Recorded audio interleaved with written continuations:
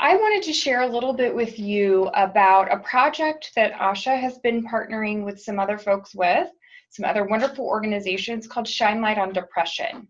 And so we're going to talk more about that today, and I'm really thankful that you all are here and interested in this topic because the need is great. So here's what we're going to talk about today. We're going to talk a little bit about the need. We're going to also talk about who we're collaborating with. We're going to take a tour through the web-based toolkit, get into a little deeper dive into the specifics of the toolkit and what that has to offer, a call to action to spread the word about this wonderful toolkit, and then some opportunity for some Q&A. I wanted to remind you, you can put any questions or comments into that chat box and we'll circle back. We'll get to those questions at the end. So please know that we will get to those as best we can. So that's where we're headed this afternoon. So as all of you know, the reason why you all are here today is because you understand that there is great need among our nation's youth, right? We have increased rates of depression, thoughts of suicide, and self-harm, and it's something that we need to act on quickly. By way of a little bit of data here, anxiety and depression top the list of problems that teens see among their peers. And some of you may work in schools, you may see this, you may be a nurse and have students coming in and complaining of things that are related to anxiety and depression. It may be fatigue, it may be stomach issues, it may be headaches, right, that they're presenting with, but that are a symptom of anxiety and depression. We also know that suicide rates among young people are rising and reaching the highest levels since 2000, which is extremely concerning, and that suicide is the second leading cause of death among youth. So this is really what spurred us to action to address this very important issue. So a little bit about Shine Light on Depression. Shine Light on Depression is a web-based toolkit for school communities with free, ready-to-use resources to help raise awareness of depression and prevent suicide among youth. And you can see at the bottom of the screen the website, shinelightondepression.org, where this toolkit is housed. And it's all, as I said, free, ready to use, and we just need to spread the word that it's available for you all to utilize within your school and community. So just a little bit about our collaborating organizations. I want to give a big shout out and thank you to our partners. So the American School Health Association has partnered with Anthem, and they are our funding partner and have done a wonderful job of pulling together all these wonderful partners and coordinating the efforts. Also, we have Erica's Lighthouse, a beacon of hope for adolescent depression.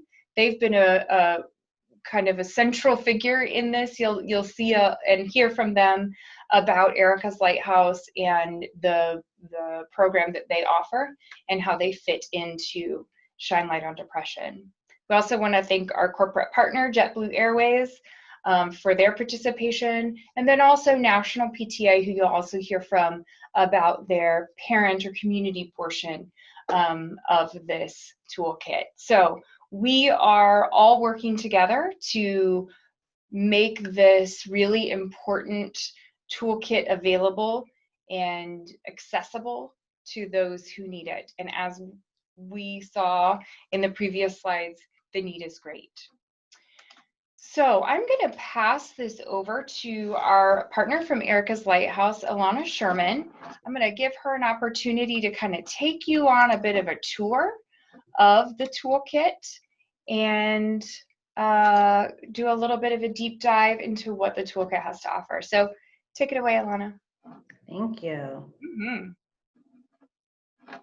Okay, there we go. Okay, hi everybody. Thanks for having me today. I'm just going backwards here. Okay. So my name is Alana Sherman. I'm the Director of Education with Erica's Lighthouse. And just a little bit about Erica's Lighthouse. We are a national nonprofit organization, and we were founded in 2004. So about 15 years ago, 16 years ago, after the loss of a 14-year-old named Erica, who died from her depression. So this was the second suicide in the community in that same school year. We really focus on depression awareness, stigma reduction, and empowering young people to take charge of their mental health. All of our programs are provided at no cost to middle and high schools, as well as parents, caregivers, other mental health professionals, educators. And our goal really is to give you, the educators, tools to create meaningful discussions about depression. And we want you to educate your students. We want you to get educated. We want you to educate your parents, the caregivers. We're a Tier 1 early intervention, early identification program. And we know that by speaking to a broader audience, we speak to the kids that might not really come onto the radar of the school mental health professionals. And this is why we're here.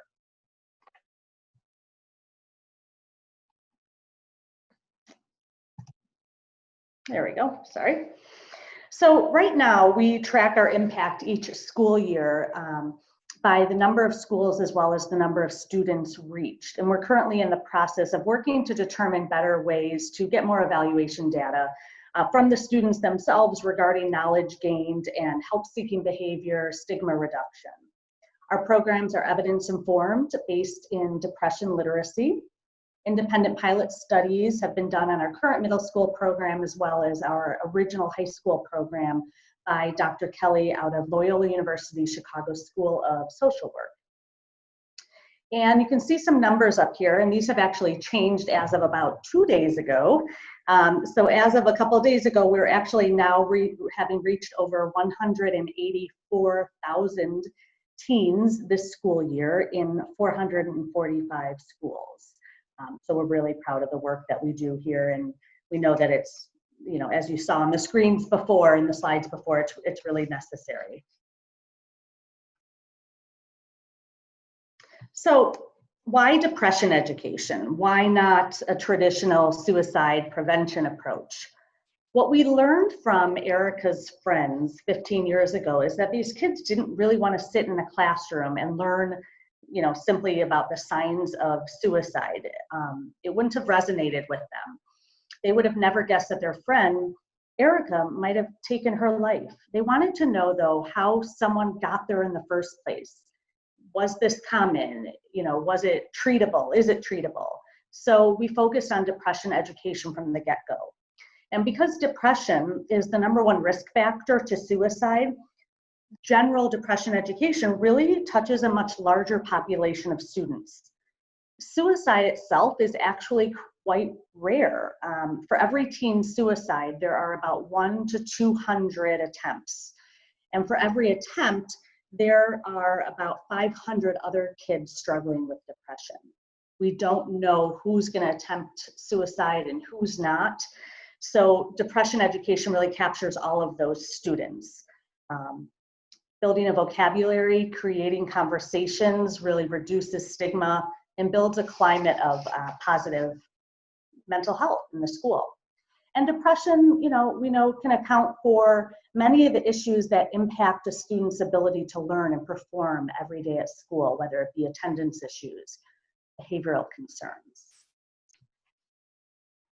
So Erica's Lighthouse comes from a place of positivity and hope. The authenticity of hearing from real and diverse teens, we find breaks down the stigma of mental health and allows teens to talk openly about depression and about mental health. Through our programs and resources, we really hope to empower educators to create healthy environments that encourage positive mental health. We want teens to be empowered to take charge of their mental health and learn the skills to seek out help and speak up and ask for help if they need it. We do not use screeners. We teach our educators how to intervene. We give them the language to intervene.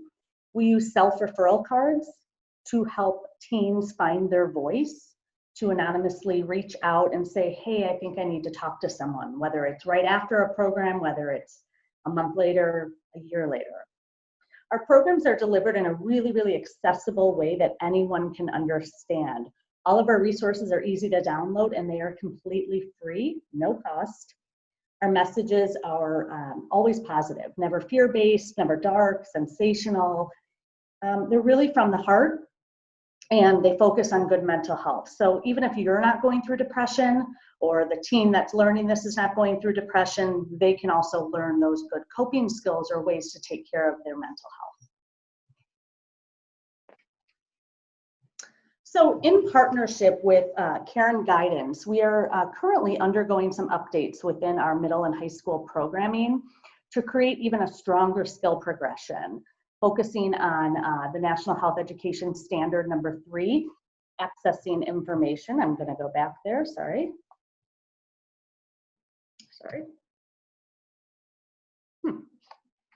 Accessing information. The revision is also going to include some performance assessments to assess knowledge and skill gain. So we're going to now take a closer look at the middle and high school programs, the classroom programs. And as was mentioned before, these can be accessed through the shinelightondepression.org website. And you can then access the Erica's Lighthouse classroom programs through the Shine Light on Depression site and get the information that you need, create an account, and you'll have access to everything.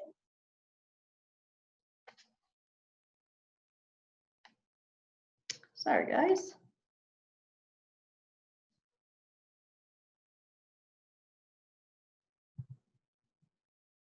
Okay. I apologize here. The Middle School Program Facilitator's Guide is available to all educators and mental health professionals. Whenever you create an account through Erica's Lighthouse, you'll get access to this Facilitator Guide in the middle school program as well as the high school program. And this guide gives you all the information you need to teach this program and share it with your students. So the middle school program introduces depression and strategies for good mental health. There are 3 45-minute lessons. The first lesson includes our 18-minute video, which we really find to be like the main part of our middle school program. We have Spanish subtitles in all of our videos, as well as closed captioning available. The first lesson talks about understanding teen depression, what depression feels like, the signs and symptoms. Lesson 2 delves into helping yourself and someone else, treatment, what does it look like? What are some of the barriers to treatment? Talking a little about stigma. And we give kids really a vocabulary to be able to reach out for help. And then lesson 3 talks about good mental health for everyone. You know, our goal is to get this in front of as many students as we can, get this in front of as many kids as we can. So this is a very flexible program. Some schools we work with use all 3 programs in 1 grade level. Some schools take each lesson and put it in, let's say in a traditional middle school in 6th, 7th, and 8th grade. Some schools have only time for 1 lesson. And if that were the case with you, we always recommend lesson 1 with the video. If you have only, say, 40 minutes, this is still doable. If you have 50 minutes, it's doable. Another thing, you know, is that we are here for you. We give a lot of educator support, and we are able to help you determine the best way to implement this program into your school. Everything is there for you. Everything is ready for you. And we're here for you. So you can see here that our student bookmark, it's a recommended handout at the end of lesson 1. It has the signs and symptoms of teen depression on one side, and you can see some good mental health tips on the other side. On your screen, on the signs and symptoms side, you can see there's a blank area for the students to write down the name of someone in their school building to help. And that's a really good sort of skill building way of learning who can help in their school, how to find out that help. Again, we're sort of going back to that skills progression of accessing information, valid and reliable resources, so they can write down who they can go to for help, who they can go to if they have a question, or teachers can add that in ahead of time, make copies for all the students if they choose to. Here's our self-referral cards. And the idea of this is to be able to reach out for help if they would like to talk to someone. We always, you know, make sure with our teachers, with our educators, with our mental health professionals who are bringing this program into their school, that it's important for you to meet with the school staff prior to implementation, just to make sure that there is support for when you teach this. We don't recommend you using the self-referral cards and then, if you have a lot of students that want to talk to someone within 24 hours and you don't have support, that wouldn't be a good outcome. So we really encourage you to talk with your school staff, make sure there's going to be a support. Best practice shows to teach this on that kind of day, extra support, not at the end of a school day, not on a Friday. And again, this is really encouraging students to find their voice and be able to reach out for help. These self-referral cards, everybody in the classroom, if a teacher uses them, everybody needs to fill something out. So even if they don't want to talk to anyone, every student is filling it out. So it ends up being anonymous in that no student knows who is asking for help. Okay, so let's look a little at the high school program, which is going to be very similar, you'll see, to the middle school program. Again, there are 3 45-minute lessons, and this takes just a little deeper look at depression. Also talks a little about suicide and explores some strategies for good mental health. And again, everything is written out for you. Everything is ready at the click of a button. You can see here some of the topics of the three lessons, which are very similar to the middle school program. So in our videos that we have in lesson 1 for middle and high school, you would be introduced to 6 teens from really diverse backgrounds and life experiences, from wealthy backgrounds, not so wealthy backgrounds, one, facing community violence, one talking about his experience immigrating from Mexico, one talking about gender identity. We learned from our school partners that they wanted more small group work, critical thinking, exercises, and talking about how they can really change the culture in their school building. And this program includes that. So again, in addition to just learning about the basics of depression literacy, we're focusing on creating empathy for individuals going through depression or anxiety, lots of stress, and we delve into some deeper issues like suicide and self-harm and bullying. A lot of schools use this program in 9th or 10th grades, and then they might begin to incorporate some of our teen empowerment, which you'll see on the next slide. We do this programming, our teen empowerment programming, through student clubs, often called teen clubs or teen empowerment clubs as well, student teen empowerment clubs. So we know that peer-driven awareness and dialogue is a really, really powerful tool and can be one of the best ways to bust, the stigma surrounding depression and mental health. When teens highlight the importance of learning and talking about mental health, it really demonstrates that there's nothing to be ashamed of. And other kids that, again, mental health professionals, they might not be on the radar of mental health professionals, can really come out and say, hey, this is something I want to talk about, or I need to talk to someone. These clubs give students not only, a way to learn about depression, but really make a difference in their school, become leadership, have leadership roles, and really be able to educate, empower, and eliminate stigma. This is not a support group. This is not the depressed kids group. It's really the positive mental health group in the school, with really great leadership roles and really, finding fun ways to spread positivity and kindness around the school, and really allowing for creativity among the students. It's a really fun thing to do in the school. So lastly, a little heads up that we also have an amazing resource for parents and caregivers, our Erica's Lighthouse Parent Handbook on Childhood and Teen Depression. It's very unique. There's really nothing like it on the market. It's completely free. It can be downloaded for free. So you can put it on a website, you can put it on your school website, or send it out to your parents. And it's a parent-to-parent guide written by parents for parents. It really contains practical advice on depression, how to deal with it, basic information about depression.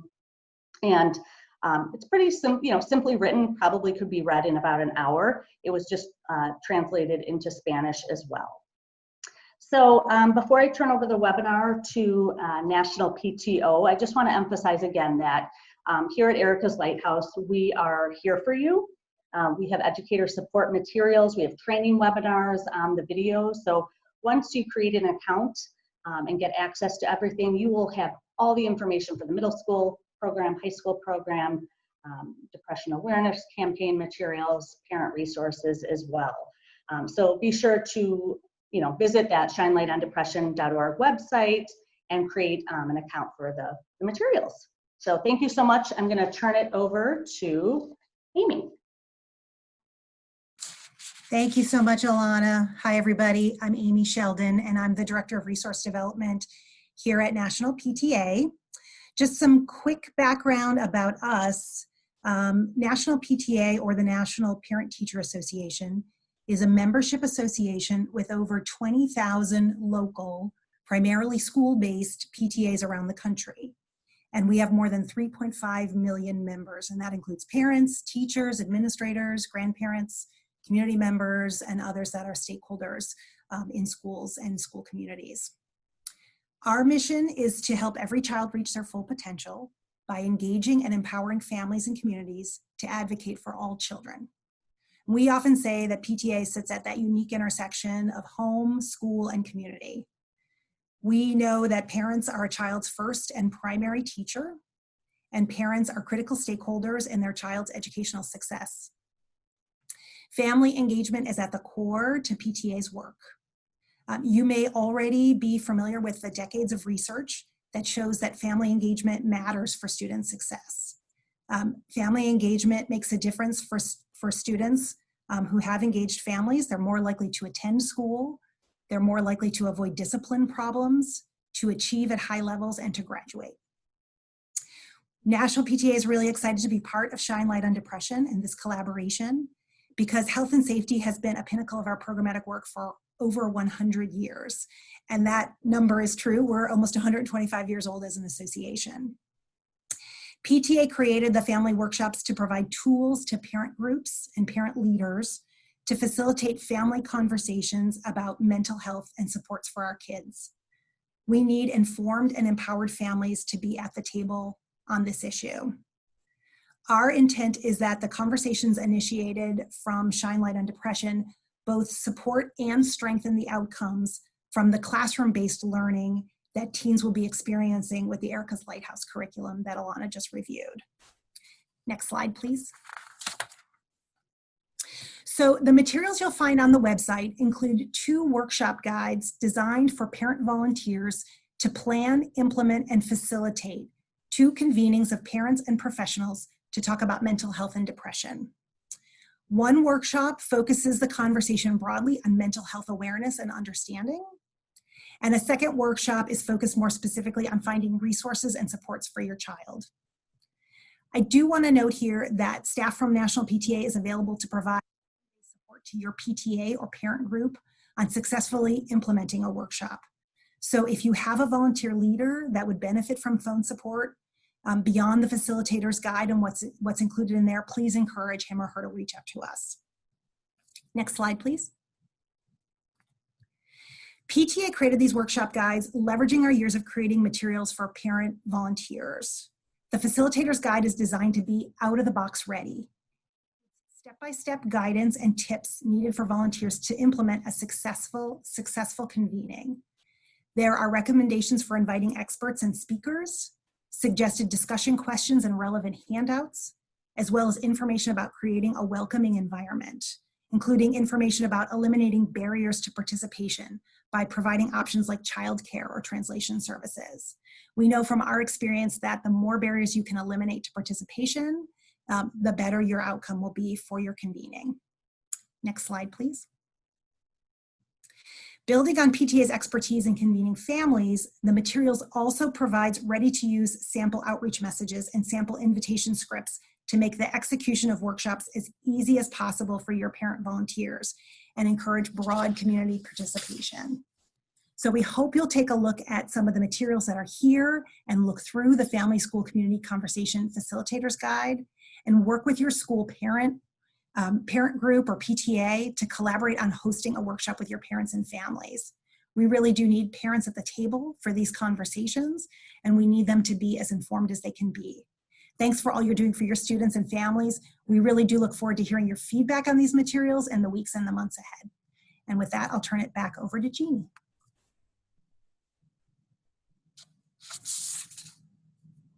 All right, thank you. I appreciate it so very much. Let me just do a little time check. All right. So I invite you all to